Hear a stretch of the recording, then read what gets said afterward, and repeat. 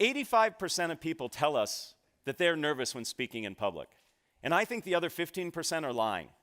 Okay? We could create a situation where we could make them nervous too. In fact, just this past week, a study from Chapman University asked Americans, what are the things you fear most?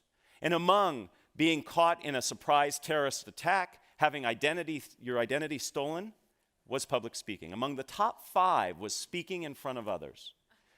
This is a ubiquitous fear, and one that I believe we can learn to manage. And I use that word manage very carefully because I don't think we ever want to overcome it. Anxiety actually helps us. It gives us energy, helps us focus, tells us what we're doing is important, but we want to learn to manage it. So I'd like to introduce you to a few techniques that can work, and all of these techniques are based on academic research. But before we get there, I'd love to ask you, what does it feel like when you're sitting in the audience watching a nervous speaker present? How do you feel? Just shout out a few things. How do you feel? Uncomfortable. I heard many of you going, yes, uncomfortable. It feels very awkward, doesn't it?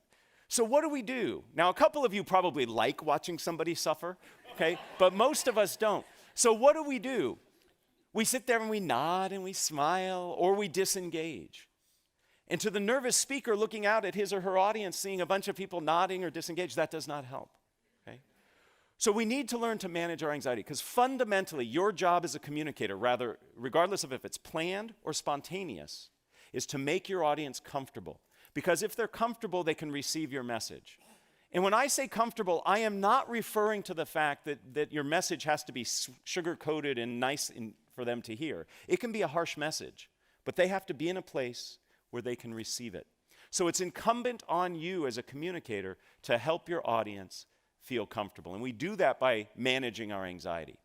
So let me introduce you to a few techniques that I think you can use right away to help you feel more comfortable.